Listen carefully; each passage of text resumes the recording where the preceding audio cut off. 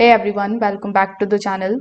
So if your Reolink NVR is not detecting your camera, it's usually due to connection issues, IP conflicts, or channel setup problems. So in today's quick video, I'm going to show you exactly how you can fix it step by step and get your camera back online. So first of all, you just have to confirm the basics. Just make sure that the camera is powered on and the Ethernet cable is also properly connected to the NVR or switch.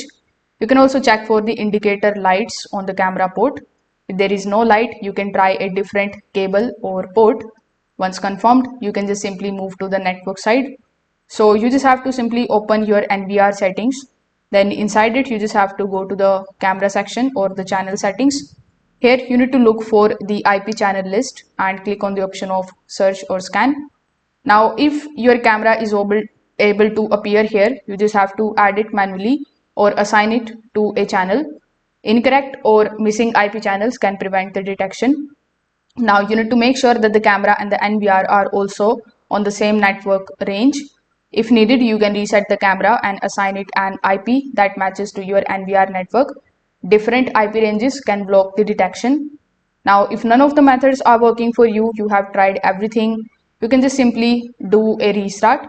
So you need to restart both your NVR and your camera. So if this video helped you out, make sure that you like this video and subscribe to the channel. Thanks for watching.